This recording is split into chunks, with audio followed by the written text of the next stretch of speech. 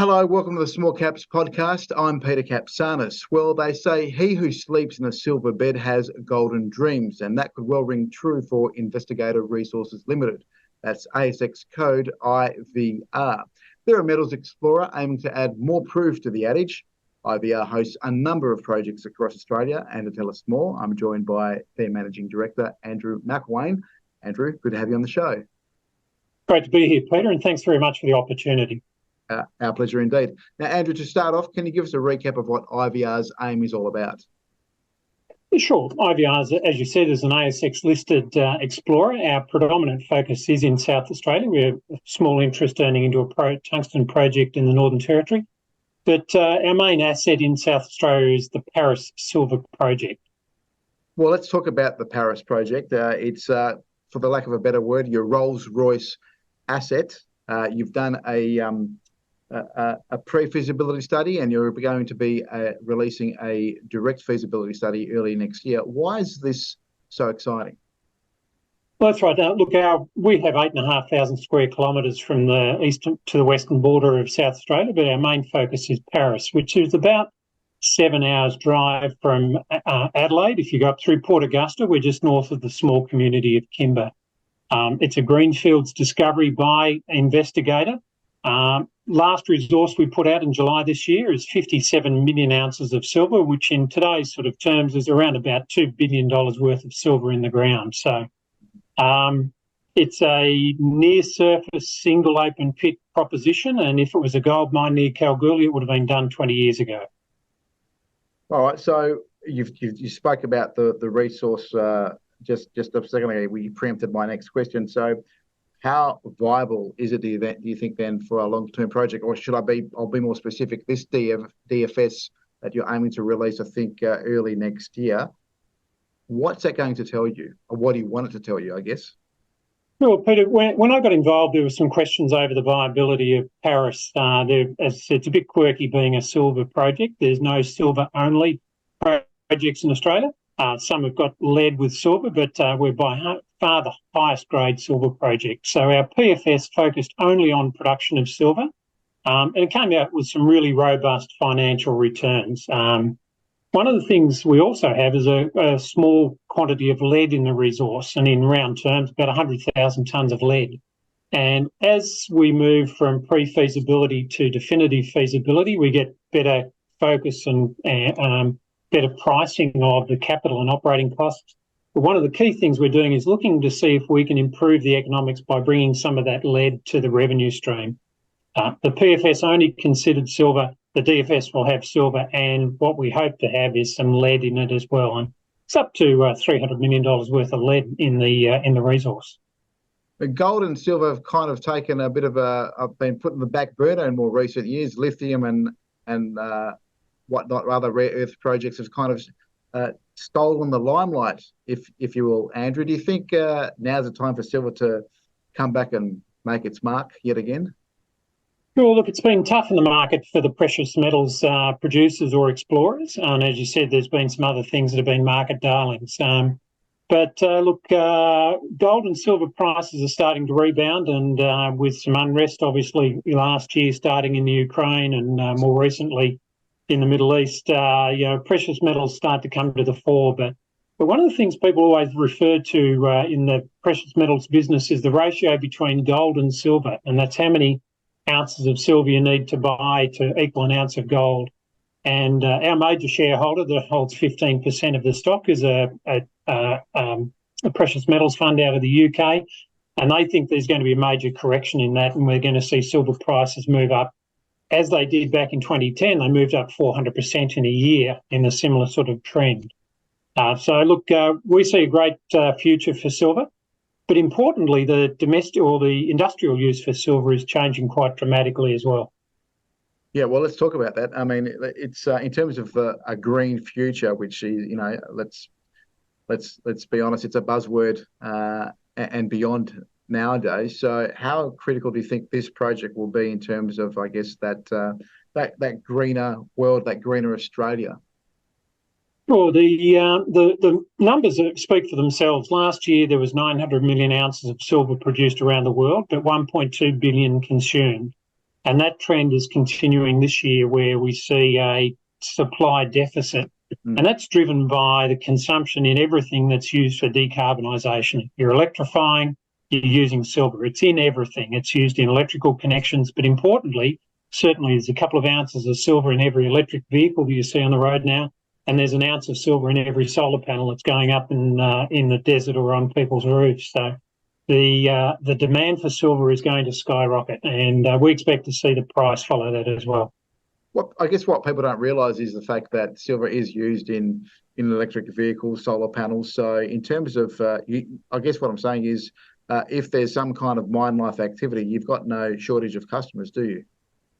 No, and interestingly, we'll be the only silver-only producer in Australia as well. And we've had a refinery reach out to us and talk about taking our offtake and producing a sort of a green Australian-based silver, because we can't rely entirely on renewable energy generation in our project, but we will certainly have a hybrid power solution. So we like to think we might have a bit of a niche market, actually, for the Paris silver. So in terms of procurement, you just mentioned one refinery offtake agreements. Have you talking to anyone else behind the scenes? Look, there's probably three contenders in Australia that will consider for the refining of silver.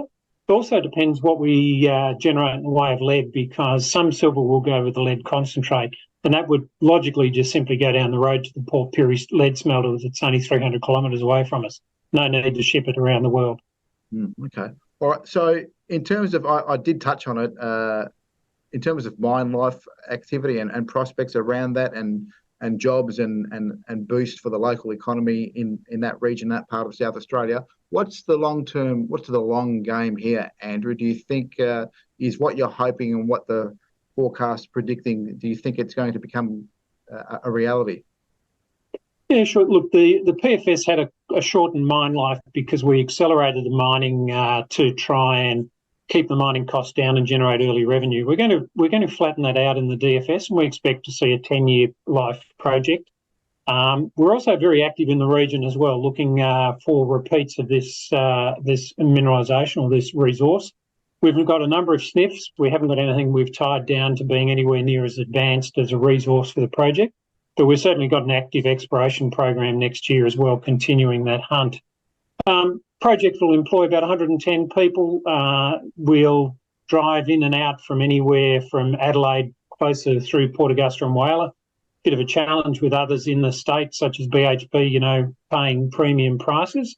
But, a lot of people like coming and working for a smaller group, and we don't think we'll have a challenge attracting people. But we'll certainly be the biggest deal in town at Kimber. Kimber was going to be the repository for the nuclear waste facility, but that's gone by the way. We're the main game in town now. All right, so you've got the asset there in South Australia, an asset or a tenement, so to speak, the Northern Territory, which you touched on early on. Why is Investigator an option for investors, mum and dad investors who want to sort of look at beyond the horizon? If they want to invest into something, why is Investigator the place for those investors? Yeah, look, I always refer people to a graph that I have in every presentation, and it's up on our website, where our share price moves in lockstep with the silver price on a daily basis. If silver price is up, we're up. And we're pretty comfortable we're going to see silver prices ahead of where they are now. So, if you want to invest in silver, you should be investing in Investigator. All right, Andrew. Well, I'll give you the last word. Just to recap before we do sign off. Anything else you want to add? Anything that you want to impress upon anyone hearing and watching us right now? Yeah, sure. Look, I did touch, we are earning into a critical minerals project in the Northern Territory, a tungsten project, but our main focus and our main asset is Paris. As I said, we're in early 2024, we'll have the definitive feasibility study out, and then it's on a path to approval and production. So, as I said, pinpoint exposure to silver, we've got it in spades. All right, and just if I can just drill down, that DFS, is that expected first quarter of 2024? Would that be fair to say? Yeah, we should. Most of the work will be first quarter, so we expect early second quarter we'll have that released to the market. All right, and from then, and what would that mean for the future of Paris, do you think? Sure. So the DFS underpins the application to the state for a mining licence. So as soon as we get that signed off, we'll be submitting our mining lease application or mining licence application, then dealing with the department's questions until we get granted a mining permit, an environmental permit, and then we can start construction. Well, it seems very exciting and not too far away if the stars align, Andrew. So we'll definitely be keeping a close eye and be watching this space with a great deal of interest. So thank you for sliding in and jumping online and informing us and sharing a few of those insights as far as Investigator is concerned, and in particular the Paris project in South Australia. As I say, we'll be keeping a close eye, and we look forward to having you back on the show with a few more details and exciting information ahead. So we'll, as I say, we'll keep a close eye.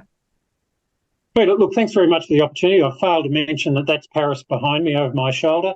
I was going to point to it, yes. And one day there'll be a hole in the ground, I expect. Okay, and a bit of a few plants and workforces as well. So yeah, exciting times ahead. Andrew, we'll talk again, and please do keep us posted. And by all means, it all sounds very exciting, and things are definitely sounding on the up and up. So good luck with it, and please do keep us posted. We'll chat to you soon. Peter, thanks very much. Anyone has any questions, jump on our website.